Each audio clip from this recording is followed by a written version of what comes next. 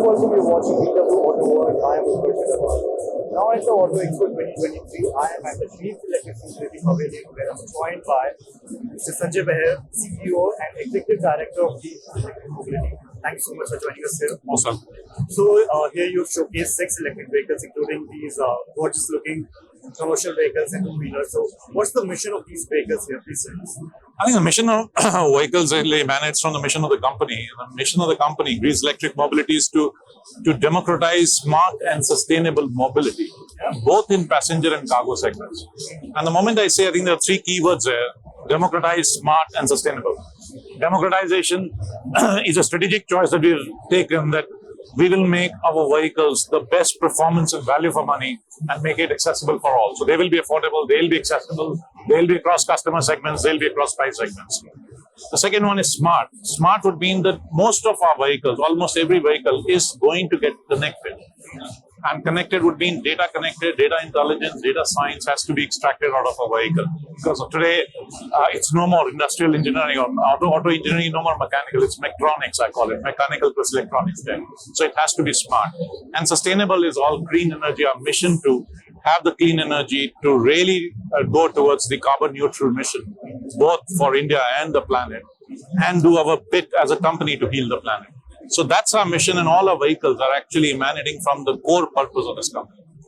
You spoke about the sustainability. So how sustainable do you think the electric vehicles are, given the fact that they consist of the lithium-ion battery? So how sustainable the electric vehicles are? Yeah, so look, all the vehicles, electric vehicle, by the definition of electric vehicle, are zero-emission vehicles. Yeah. So to that extent, a very large part of the value chain is already extremely sustainable, and there is absolutely no emission which comes.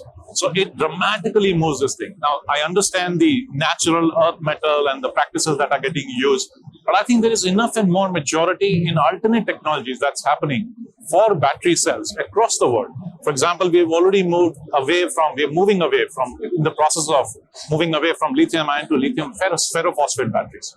All our new products that you see here are all LFP, so protocol. So the Primus is LFP, the NXG is LFP, and so is the NXU that we have showcased here.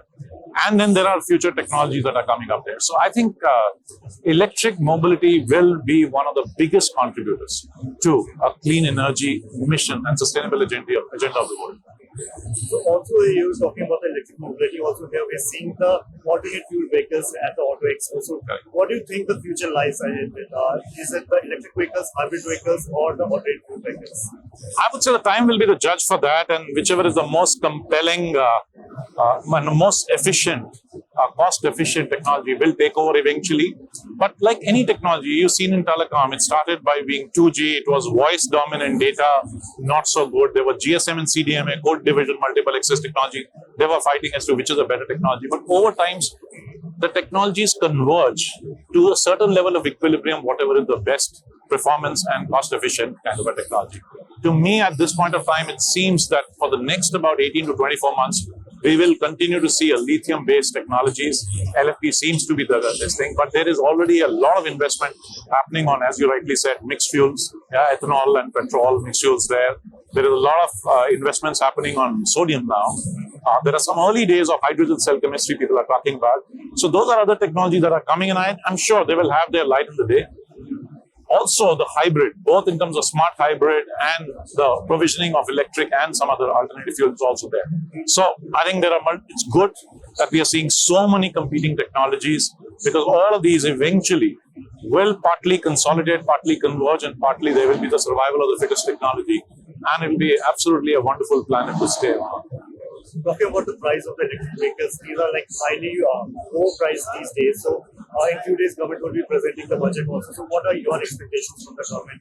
No, I would say electric vehicles are very competitively priced. You did say that they are overpriced, but with the provision of FAME2 subsidy that has been provided to all the electric vehicles today, the entry price becomes extremely affordable and comparable with the alternate IC engine vehicles there.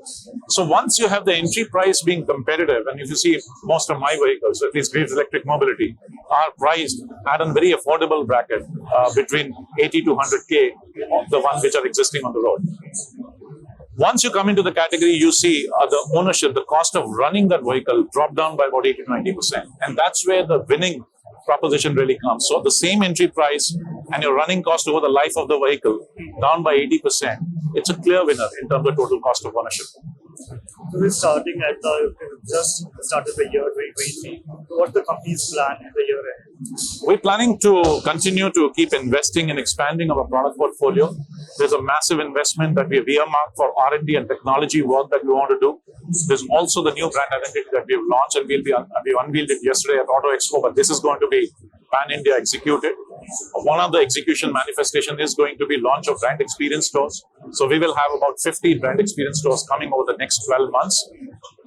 So all in all, if you look at new product development, R&D, advanced engineering, technology, capacity expansion is another area where we from two-shift, 500,000 capacity for our electric two-wheelers, we want to expand it to about a million by the end of the year. So if you put everything together, you're looking at 1,500 crores of investment coming in developing the electric ecosystem by Greaves as a group. Yeah. So just one last question about this pandemic situation. Like we're standing at this event almost after 3 years, and there could be also possible situation like we might see similar situation again. So how prepared do you think are we to not face the similar situation again in terms of the semiconductor chip shortage and everything?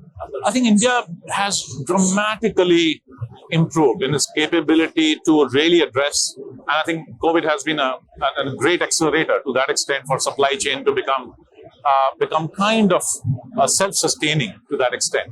The second thing, I think, boost which came also was from the FAME 2 subsidy, where government actually insisted that more than 50% of value addition that has to be done in making an electric vehicle, if you have to be entitled for the subsidy, has to be through the indigenized or local supply chain there. And that's really pushed companies like us and the entire industry to really move there. Today, I can say beyond the absolute bare necessity items like a semiconductor chip from Taiwan or cells from possibly China, virtually every other element has come in and is locally sourced, locally assembled and engineered. So I'm very, very confident that, God forbid, if that situation has to happen, even for a temporary time, I think we as an industry are reasonably well equipped. Whether we are fully there could be some disruptions here or there, but we are radically better positioned today than we were about 3 or 4 years back. Thank you so much for